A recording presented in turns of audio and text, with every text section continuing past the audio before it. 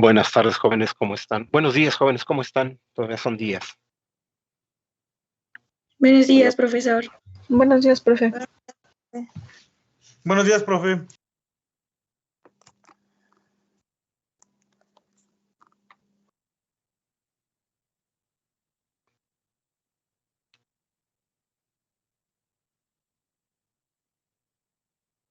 Vamos a continuar con lo que estábamos viendo de la sesión pasada, es decir, el día de ayer, respecto a lo que son las ecuaciones trigonométricas y su empleo, ya que pues hicimos en este caso, bueno, les mostré la deducción de las mismas. Creo que ya están viendo mi pantalla compartida, ¿verdad? Ya, profe. Ok. Entonces tenemos que, nos resultó que las ecuaciones trigonométricas son las que se muestran ahorita en la diapositiva, donde B es igual, o la tensión total en la línea es igual al voltaje en el receptor por el coseno de beta X más J veces por IR por el Z0 por el seno de beta X. Y para el caso de la corriente, este es igual a IR coseno de beta X más J por BR entre Z0 seno de beta X.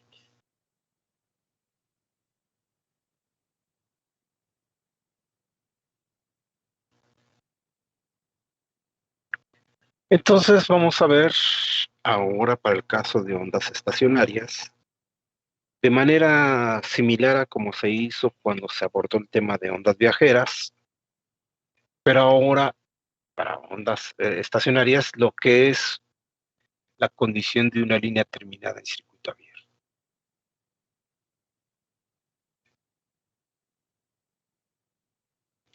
Sabemos que cuando tenemos una línea terminada en circuito abierto, la corriente en el receptor es igual con cero.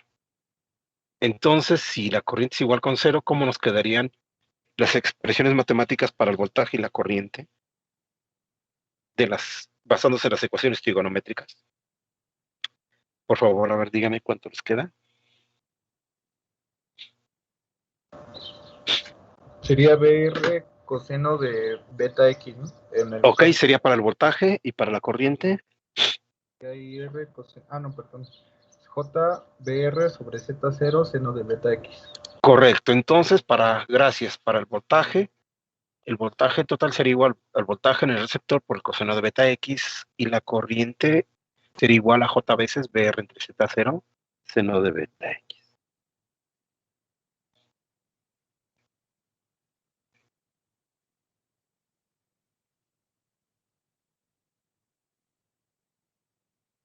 Entonces, podemos hacer una tablita, como esa vez se llevó a cabo, donde vamos a tener diferentes valores de X. En este caso, vamos a tener valor de X igual con 0, un décimo de lambda, un octavo de lambda, un cuarto de lambda, 3 octavos de lambda, medio de lambda, 5 octavos de lambda, 3 cuartos de lambda y 7 octavos de lambda. Con esos valores de longitud en este caso de la línea, se va a calcular el valor de beta X, coseno de beta X, seno de beta X, la magnitud de B, la magnitud de I y la magnitud de la impedancia característica. Entonces, cuando tenemos, en este caso,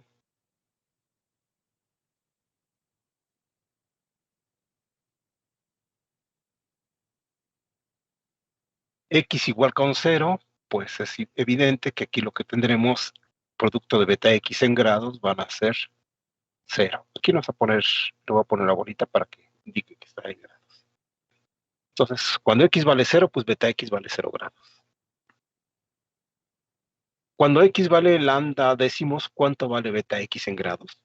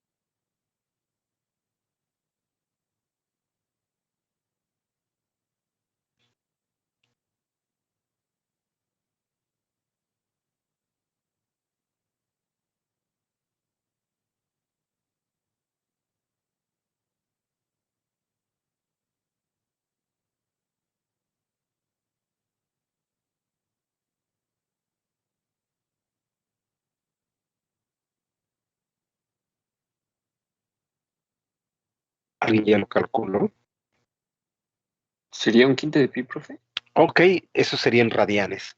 Pero en grados, Y ¿cuánto sería? sería 36 grados. Correcto, gracias. Entonces sería 36 grados. Bueno, ya lo voy a poner el grado. Ya lo puse ahí para no estar poniendo aquí. Bien, cuando tenemos lambda octavos, ¿cuántos grados son?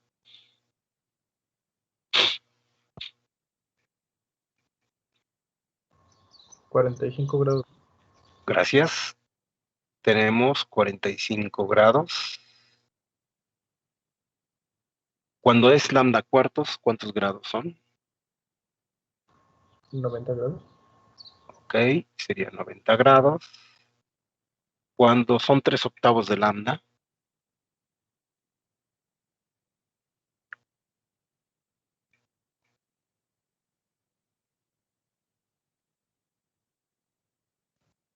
135 grados. correcto, gracias. 135 grados. Cuando es lambda medios,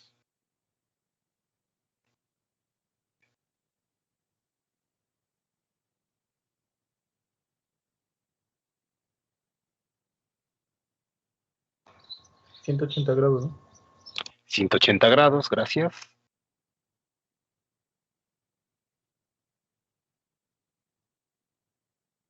Cuando es 5 octavos de lambda, ¿cuántos grados son?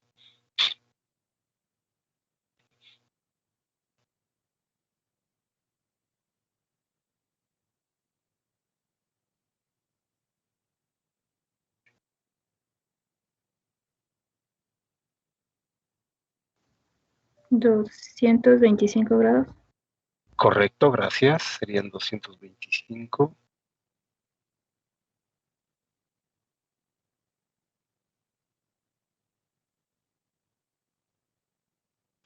Cuando tenemos 3 cuartos de lambda, ¿cuántos grados son?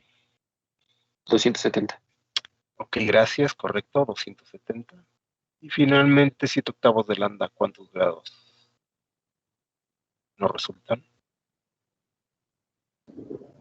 315 grados. Correcto, muchas gracias.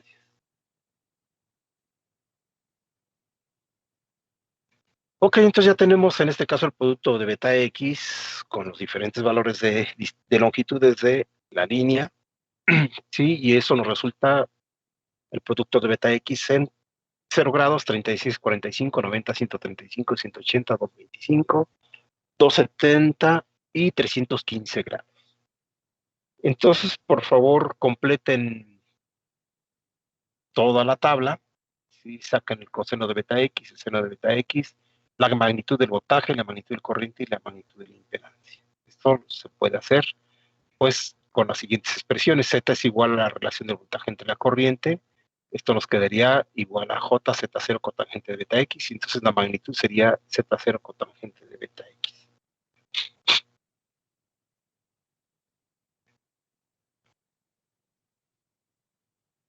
O lo que se puede hacer es calcular la magnitud de B y la magnitud de I y dividirla. ¿Ok? Entonces, por favor, calcúlenlo. Son las 11, casi 11:40. Son 11:44, ¿verdad? A ver. 11:45. Y les doy 15 minutos para que completen toda la tabla y la revisamos. ¿Ok? No cierren su sesión. Cierren nada más su micrófono. Yo también cierro el mío. Calcúlenlo para cada dato. Y ahorita lo revisamos a las 12, por favor. Disculpe, ¿me puede poner las fórmulas de nuevo? Sí, claro.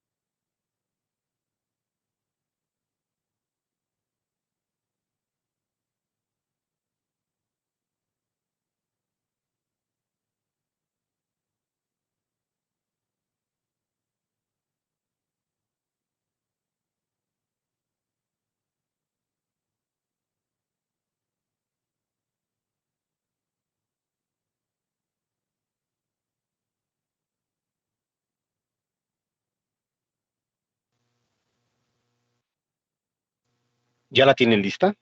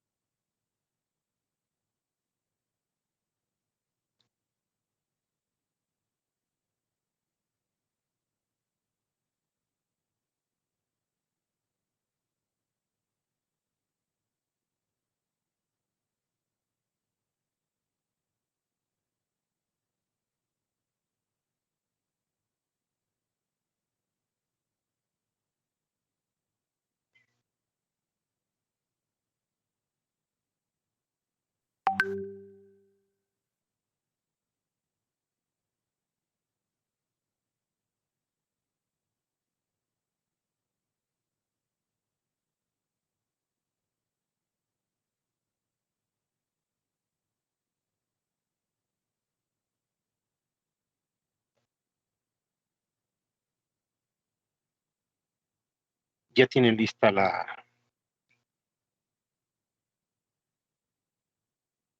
la tablita?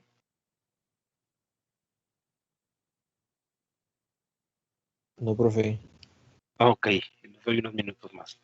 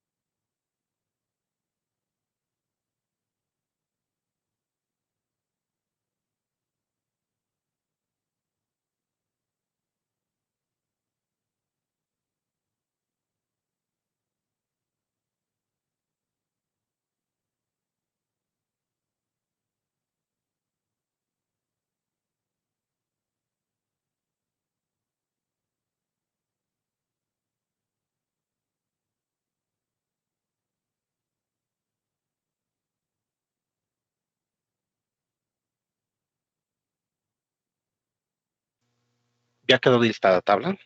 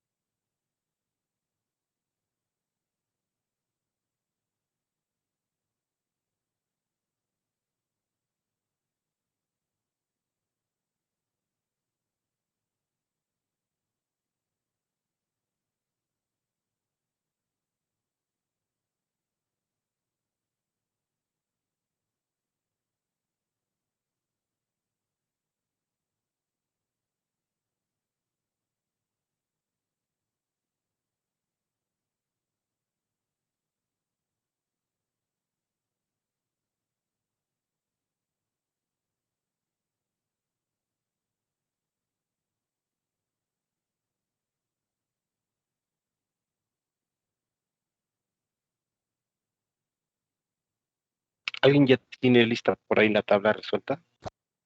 Calculada.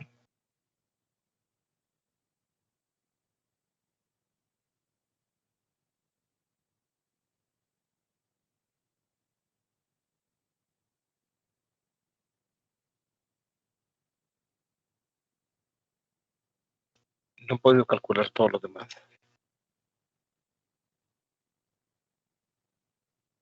Se le está dificultando.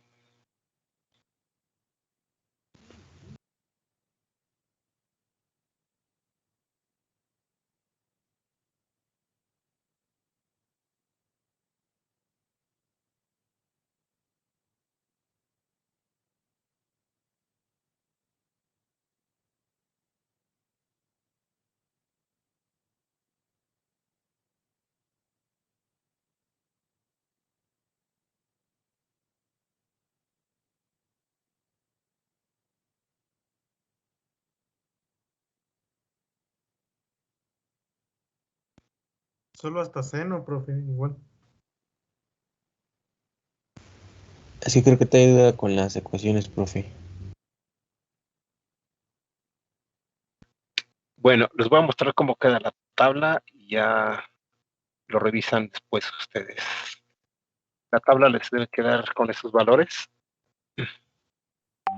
Si no, no estamos retrasando demasiado. Así quedaría la tabla con los valores de la magnitud del voltaje, la magnitud de la corriente y la magnitud de la impedancia. Y para, obviamente, los valores diferentes de los grados, que eran 36, 45, 90, 135, 180, 225, 270 y 315. Entonces, de aquí lo importante es graficar lo que es el comportamiento de la corriente y del voltaje en un mismo gráfico para ver cómo es que, en este caso, se está comportando a lo largo de la línea. Entonces, si graficamos la magnitud de la corriente y del voltaje con respecto a la longitud de onda, que en este caso la longitud de onda es la longitud de la línea, vemos que la gráfica que está puesta en color rojo corresponde a la tensión, cómo se va comportando la tensión a lo largo de la línea en términos de la longitud de onda, y en azul está la corriente. Aquí en principio está un poquito mal dibujada, aquí después de lambda cuartos ya está bien dibujada. Habría que hacerlo bien en un programa, por ejemplo en MATLAB. Necesitaría hacerlo para poder graficarlo correctamente. Entonces vemos que lambda cuartos, basándose en lo que es en la tabla, resulta que tenemos el mínimo voltaje y después empieza, entre lambda cuartos y lambda medios, ese voltaje empieza a subir hasta alcanzar su valor máximo, que se daría exactamente en lambda medios. Y después de ese punto, el voltaje empezaría a decrecer hasta 3/4 de lambda y otra vez volvería a subir. Para el caso de la corriente, a partir de lambda cuartos tiene un cierto valor que no es el máximo, después empieza a decrecer hasta lambda medios, tiene el valor mínimo, y luego hasta 3/4 de lambda se tiene el valor máximo de la corriente. De aquí lo que es importante observar es que, por ejemplo, en esta zona se nota muy bien que cuando tenemos el máximo de voltaje tenemos el mínimo de tensión.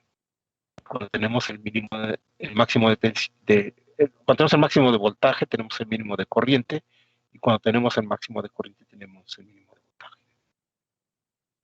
Esa es una cosa importante que resulta al graficar los datos que aparecen en este caso en la gráfica, en las tablas. Entonces, de la misma manera, si graficamos lo que es la magnitud de la impedancia, vemos que hasta antes de lambda cuartos, la impedancia va decreciendo en forma exponencial, y en un octavo de lambda, el valor de la impedancia se iguala con lo que es la impedancia característica de la línea. Luego va decreciendo hasta lambda cuartos, y en lambda cuartos se tiene el valor mínimo de impedancia, y a partir de entre lambda cuartos y lambda medio se empieza a incrementarse. Nuevamente vuelve a cruzar en un punto donde se tiene un valor que coincide con el valor de la impedancia característica de la línea. Y así nuevamente de lambda medios, ¿sí?, empieza a decrecer, y nuevamente se encuentra otro punto donde coincide exactamente con el valor de la impedancia característica de la línea, y de ahí decrece hasta un valor de 3/4 de lambda, y de ahí vuelve a subir. Y así sucesivamente se va comportando. Entonces, si graficamos el ángulo de la magnitud de Z, o el ángulo de Z, más bien sería el ángulo de Z, vemos que hasta antes de 1/4 de lambda, el ángulo nos da información que nos permite deducir que el comportamiento de la línea es con un efecto capacitivo. Al llegar a lambda cuartos, cambia abruptamente a más 90 grados, dándonos un efecto inductivo. Y entre lambda cuartos y lambda medios se comporta como un efecto inductivo, y luego de lambda medios a 3/4 de lambda se comporta como un efecto capacitivo. Entonces, si graficamos la magnitud de la impedancia característica con su ángulo, vemos que hasta lambda cuartos se comporta como un efecto capacitivo, ¿sí?, mientras la impedancia viene decreciendo. Luego, cuando empieza a crecer, cambia a más 90 grados ese ángulo y se comporta como un efecto inductivo. De lambda medios a 3/4 de lambda empieza a decrecer y otra vez se comporta como un efecto capacitivo, y así se va comportando a lo largo de la línea. ¿Okay? Eso es lo importante, y para eso nos sirve en este caso lo que es esa tabla que se acaba de llenar. Ahora, si nos vamos al otro caso extremo en el que la línea está terminada en cortocircuito, sabemos que el voltaje en el receptor será igual con 0. Y de ahí que entonces la corriente y el voltaje nos resultarían, para el caso del voltaje, sería igual a J por IR por Z0 seno de beta X, y la corriente sería igual a IR coseno de beta X. La magnitud obviamente sería IR Z0 seno de beta X, y la magnitud de la corriente sería IR coseno de beta X. Y la magnitud de la impedancia nos resultaría como Z0 tangente de beta X. No vamos a hacer la tabla para este caso, simplemente como cuando se abordó lo que fue ondas viajeras, se hizo para el caso de lo que es un circuito abierto. Aquí, para el caso de ondas estacionarias, también se ha hecho para un circuito abierto, y directamente para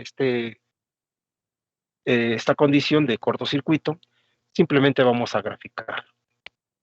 ¿Sí? Estas gráficas salen igual de una tabla como la anterior. Entonces vemos que la línea más oscura corresponde a la magnitud del voltaje, y vemos que desde 0 va creciendo hasta un valor máximo que se alcanza en lambda cuartos, y de ahí decrece ¿verdad?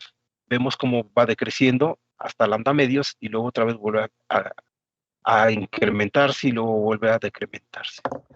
Para el caso de la corriente, que corresponde a esta línea que es en color tenue, vemos que el lambda medios inicia con un valor máximo, y el lambda medios tiene el valor mínimo. Luego, de lambda cuartos a lambda medios, empieza a incrementarse, y el lambda medios tiene el valor máximo. Luego vuelve a decrementarse, y así sucesivamente. De tal forma que vemos que cuando tenemos el máximo de tensión tenemos el mínimo de corriente, y cuando tenemos el mínimo de tensión tenemos el máximo de corriente. El ángulo de la impedancia nos indica que de 0 a lambda cuartos, cuando se está incrementando el valor del voltaje, se presenta un efecto inductivo, y luego cuando ese voltaje se empieza a decrementar, tenemos un efecto capacitivo, y así sucesivamente. Para el caso de la impedancia, lo que podemos observar es que la impedancia empieza de un valor muy bajo y alcanza un valor alto. Y vemos aquí bueno, no se alcanza a apreciar, pero podemos poner una línea imaginaria. Vemos que hay puntos donde Z0, donde, perdón, el valor de la impedancia de este caso corresponde con el valor de la impedancia característica de la línea. Solamente son ciertos puntos en los que coinciden. Entonces vemos que de 0 a lambda cuartos, la impedancia empieza a incrementarse hasta que se va a un valor muy alto. Aquí puse que no se juntan. Y luego empieza, cuando vamos de lambda cuartos a lambda medios, ese valor de la impedancia empieza a decrecer hasta tener el valor mínimo en lambda medios. Y a partir de ahí empieza otra vez a incrementarse y así sucesivamente a decrecer. Ese es el caso cuando tenemos la aplicación de las representaciones del voltaje y la corriente en forma trigonométrica para el caso de una línea en cortocircuito. Entonces vemos que cuando tenemos los dos casos, de circuito abierto y cortocircuito, vamos a tener valores de máximo voltaje y mínimo voltaje, y valores también de máxima corriente y mínima corriente. Tanto en el caso en el que se conecte la carga a una línea en circuito abierto o una línea en cortocircuito. Bien, ¿qué pasa si la línea está terminada en su impedancia característica? Es decir, ZR es igual con Z0, es decir, coincide el valor de la impedancia del receptor con la impedancia característica de la línea. Bueno, sabemos que el voltaje de la línea es igual a ZR por el coseno de beta X más J seno de beta X, o lo que es lo mismo BR por E a la JBX, o en forma polar nos quedaría BR cis de beta X. De manera similar, para la corriente, esta sería igual a la corriente del receptor que multiplica el coseno de beta X más J seno de beta X, y esto lo podemos expresar como IR por E a la J beta X, o como IR cis de beta X. Entonces, si sacamos la impedancia sería la relación del voltaje entre la corriente, es decir, BR por E a la J beta X entre IR por E a la J beta X, esto sería igual a BR entre IR por E a la J0, es decir, BR entre IR cis de 0 grados, es decir, la impedancia es igual a la impedancia característica y no se presenta ningún desfasamiento. Si graficamos, como en los casos anteriores, cuando tenemos una línea terminada en su impedancia característica, es decir, que la impedancia característica de la línea coincide con el valor de la impedancia de la carga, se dice que se tiene el acoplamiento perfecto y es uno de los objetivos que tiene que buscar un ingeniero de diseño en comunicaciones y electrónica. Cuando este caso se presenta, vemos que a lo largo de la línea el voltaje se mantiene constante y la corriente, que debería estar exactamente empatada con el voltaje, tiene también un valor constante, que sería el caso ideal. Es decir, en este caso no se presentan máximos de tensión ni máximos de corriente, ni mínimos de tensión ni mínimos de corriente, sino que el voltaje y la corriente a lo largo de toda la línea es constante, que es lo que se busca principalmente. Y si graficamos la impedancia, vemos que la impedancia en el receptor coincide con el valor de la impedancia característica y por lo tanto, a lo largo de la línea va a tener un valor constante. Y si graficamos el ángulo de la impedancia, tenemos que este nos resultaría simplemente con un puntito en cero, en el origen. Esto significa que entonces lo que tendríamos es una respuesta lineal con respecto a lo que es la longitud de lambda con respecto a los grados, ¿verdad? En términos de grados del punto beta X tendríamos una recta 45 tanto para el voltaje como para la corriente. Bien, ¿qué pasa entonces si estos son los tres casos? Dos casos críticos, es decir, cuando tenemos la impedancia de carga abierta y cuando tenemos el caso de la impedancia de carga en cortocircuito, y el mejor de los casos, que sería cuando ZR es igual con Z0, que la línea se encuentra acoplada con la impedancia de la carga, o la carga se encuentra acoplada con, en este caso, la impedancia de la línea de transmisión. Pero, ¿qué pasa si no se cumple eso? Por ejemplo, si ZR es igual a 3Z0, es decir, que la impedancia en el receptor es igual a 3 veces la impedancia característica de la línea. Este ejemplo lo hicimos para el caso de una onda viajera, ahora lo vamos a resolver para el caso de una onda estacionaria. Entonces el voltaje total de la línea va a ser igual a BR por el coseno de beta X más J, que multiplica Z0 entre 3Z0 seno de beta X. De aquí nos queda que BR sería igual nos quedaría como BR que multiplica el coseno de beta X más un tercio de J por un tercio del seno de beta X. Y aquí podemos, en este caso, factorizar, sacar el 3 y nos quedaría BR sobre 3, que multiplica 3 coseno de beta X más J seno de beta X. Para el caso de la ecuación de la corriente escrita en forma trigonométrica, la corriente sería igual al voltaje en el receptor entre Z0, que multiplica Z0 entre ZR coseno de beta X más J seno de beta X. De aquí, pues nos quedaría simplemente, podemos factorizar BR entre ZR y nos quedaría BR entre ZR, que multiplica a 1/3 del coseno de beta X más J seno de beta X. Entonces, si sacamos la magnitud nos quedaría BR sobre 3 por la raíz de 3 coseno de beta X elevado al cuadrado más el seno de beta X elevado al cuadrado. Para la magnitud de la corriente nos quedaría BR dividido entre 3ZR por la raíz del coseno de beta X elevado al cuadrado más 3 seno de beta X elevado al cuadrado. De la misma manera, como el caso anterior, podemos sacar en este caso una tabla con las diferentes longitudes de X en términos de la longitud de onda o la lambda, ¿sí? Es decir, los mismos grados, 0, 45, 90, 135, 180, 225, 270 y 315. Y encontrar cada uno de los valores que se están mostrando en este caso en esa tabla. Si hacemos eso, entonces podemos graficar los casos cuando justamente el valor de la impedancia en el receptor es igual a 3 veces el valor de la impedancia característica de la línea. Vemos ahora que aquí tenemos, ¿sí?, en la línea más oscura o en la gráfica más oscura lo que es la magnitud de la corriente, del voltaje, y en la más tenue la magnitud de la corriente. Vemos que en este caso, para cuando tenemos una impedancia en el receptor igual a 3 veces Z0, que los valores máximos de voltaje no coinciden con los valores mínimos de corriente, sino que hay un desfasamiento. Y aquí que la potencia sería el producto de Pori, sería exactamente en estos puntos donde se cruzan ambas gráficas. En los casos críticos que teníamos en circuito abierto y cortocircuito, vemos que efectivamente cuando tenemos voltaje máximo tenemos corriente mínima y viceversa. Aquí, como tenemos un valor diferente de esa condición de cortocircuito y circuito abierto, entonces eso no sucede. Y si graficamos la impedancia, esta Z va aquí abajo. Sí, tenemos que empezamos de un valor de 3 veces el valor de Z0, que sería la impedancia del receptor, y va a ir decreciendo, y vamos a encontrar un punto donde se va a igualar el valor de la impedancia del receptor igual a la impedancia característica de la línea, y de ahí va a ir decreciendo hasta un valor mínimo en lambda cuartos que va a ser igual a 3, 1/3 de Z0. A partir de ahí va a volver a incrementarse y después hasta lambda medios va a volver a decrementarse y así sucesivamente. Y entonces, como vemos, para cada caso, entonces, dependiendo del valor que tenga ZR, vamos a tener un comportamiento diferente, obviamente a las diferentes longitudes o distancias que nos interesa analizar en cada uno de los casos.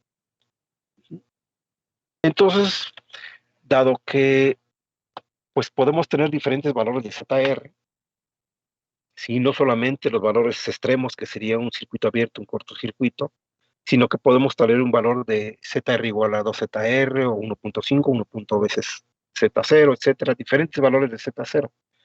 Sí, muchísimos. Entonces lo que nos interesa analizar es la tensión y corriente en un punto de referencia.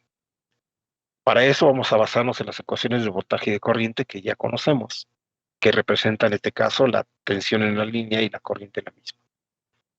Tenemos, en este caso, sabemos que el voltaje en la línea es igual a BR, que multiplica a lo que es el coseno de beta X más J Z0 entre ZR por seno de beta X.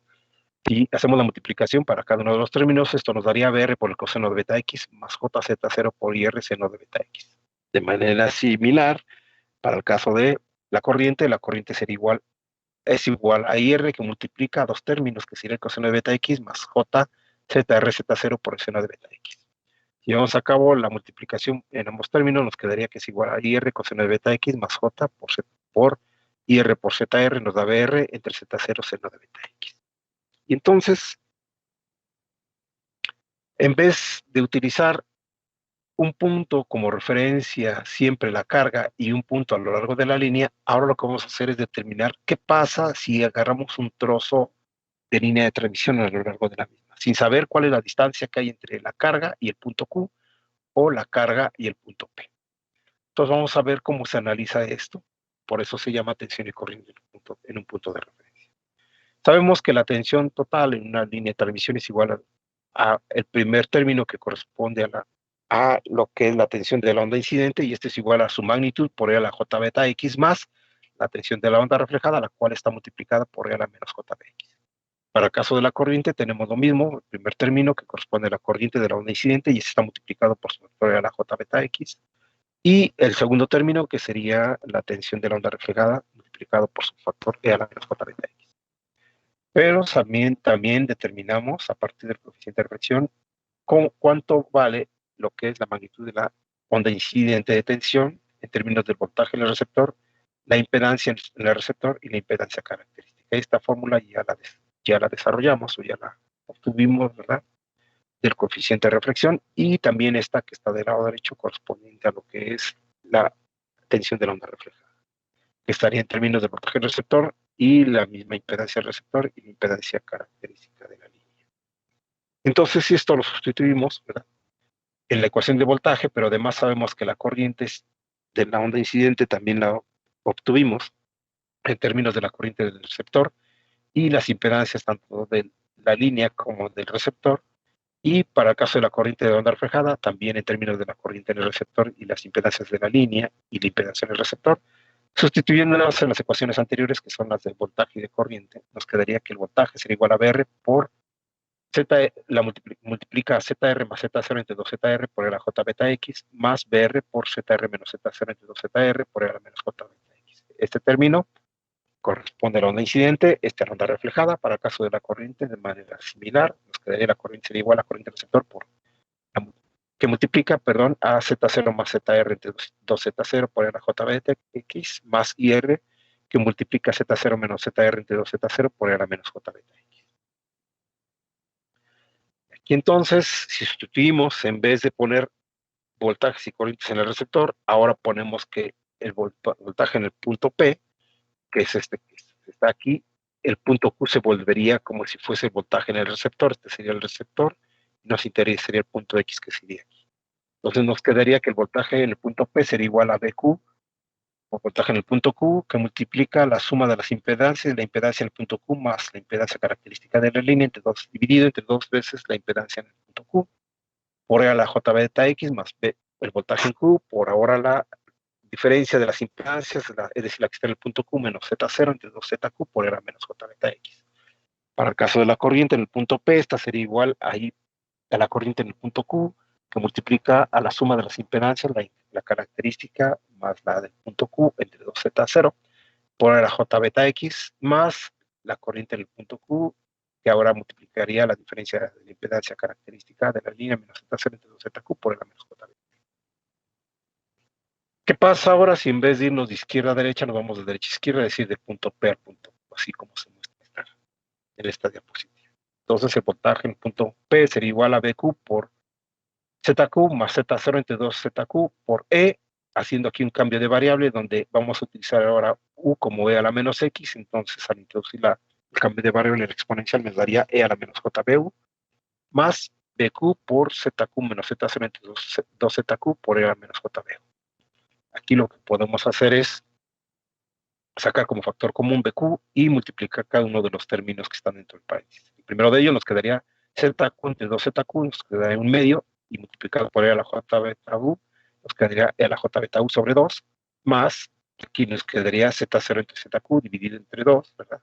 Este 2, por E a la J beta U, más, en este caso, ZQ entre ZQ nos quedaría simplemente un medio por E a la J beta U, menos Z0 entre ZQ, en este caso nos quedaría el denominador el 2, luego multiplicado por E a la J beta, que es todo este término.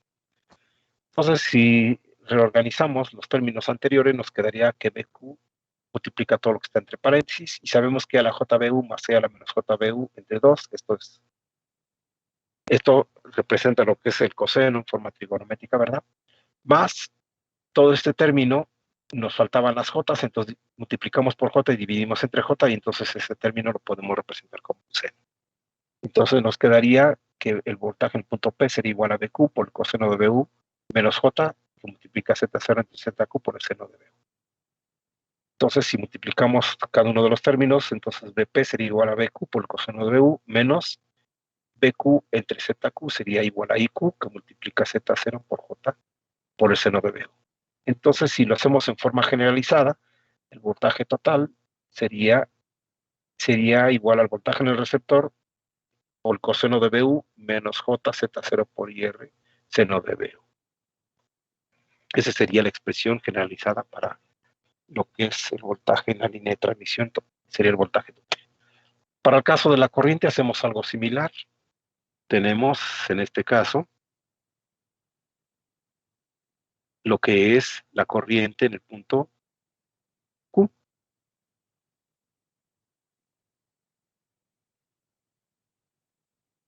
Perdón, la corriente en el punto P.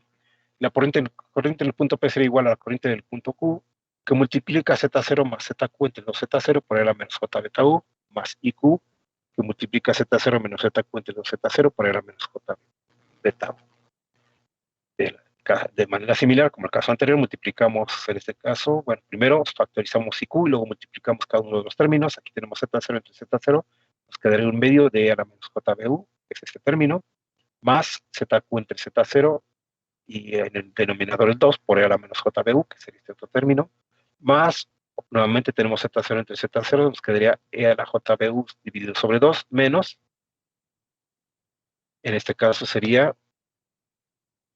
el siguiente sería ZQ entre 2Z0, aquí está, por L menos JBU.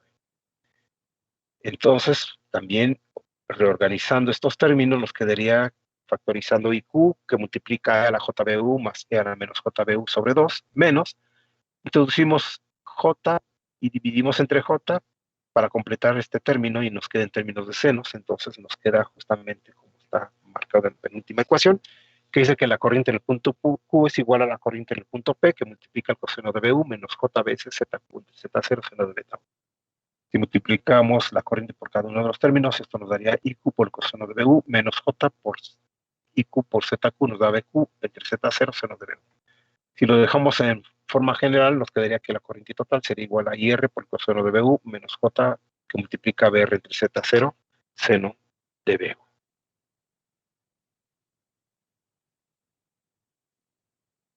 Sabemos que la impedancia es igual a la relación del voltaje entre la corriente. Entonces, si ponemos los valores correspondientes de BI que acabamos de encontrar, pero dejamos en términos de BX,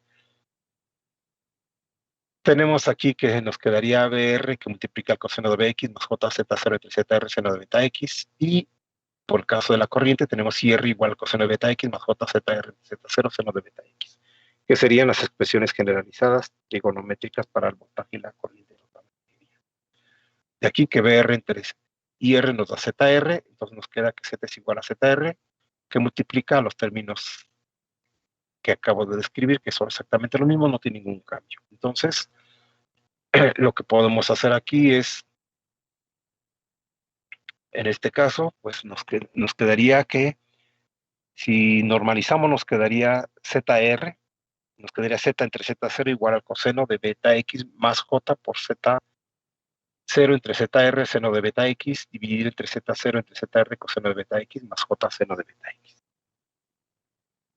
Entonces, esto sería respecto a la impedancia de línea. Si tenemos el caso de una línea en cortocircuito, es decir, ZR es igual con Z0, entonces tenemos que Z entre Z0 nos daría J seno de beta X entre coseno de beta X, y esto sería igual a J tangente de beta X. Es decir, Z sería igual a JZ0 tangente de beta X.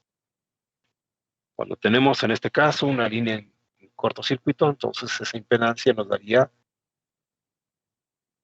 JZ0 tangente de beta X.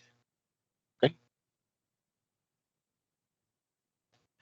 Bueno, hasta aquí le vamos a dejar por hoy. No sé si tengan alguna pregunta.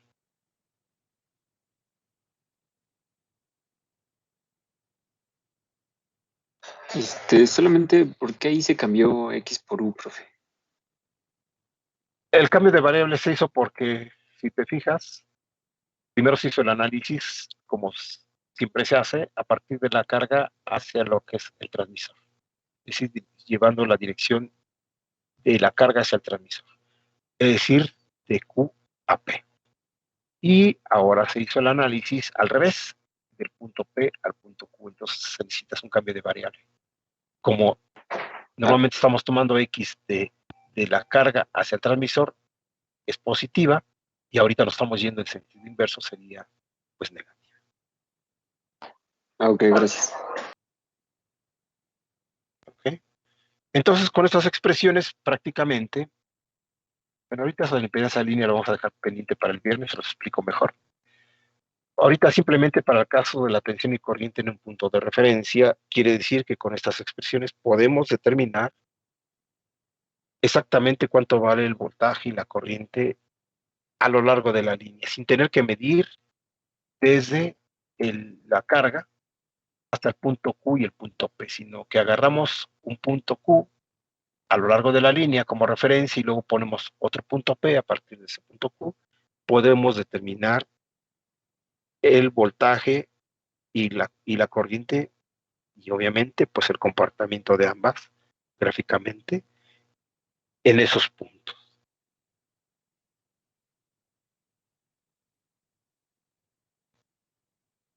No sé si hay alguna otra pregunta.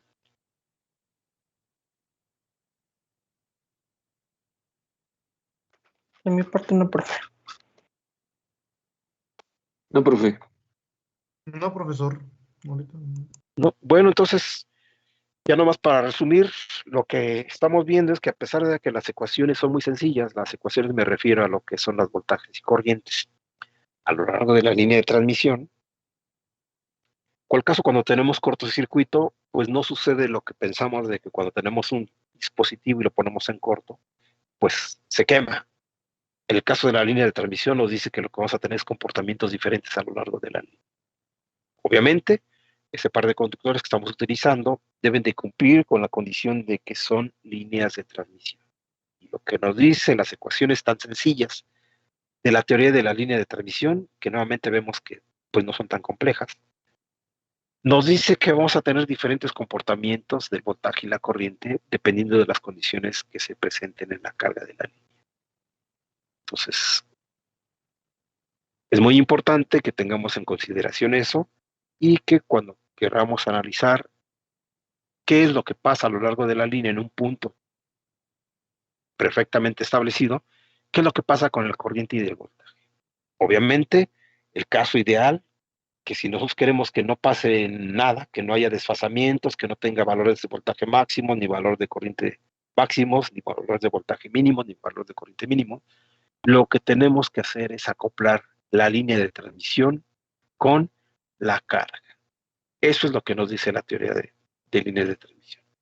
Si no tenemos esa condición, entonces vamos a ver que tenemos esos tres casos, cuando tenemos lo que es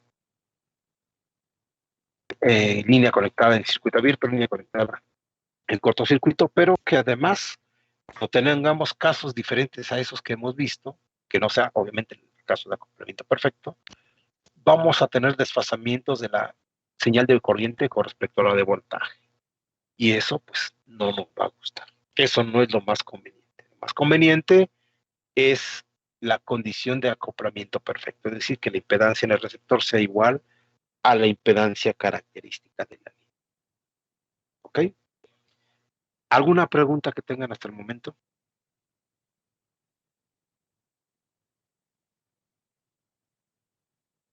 No, profe. Bueno, si es así, entonces hasta aquí le vamos a dejar por hoy. Tengan muy buena tarde y cuídense. Gracias, profe. Gracias, profe. Hasta luego. De nada, hasta luego. Hasta luego, profe, gracias.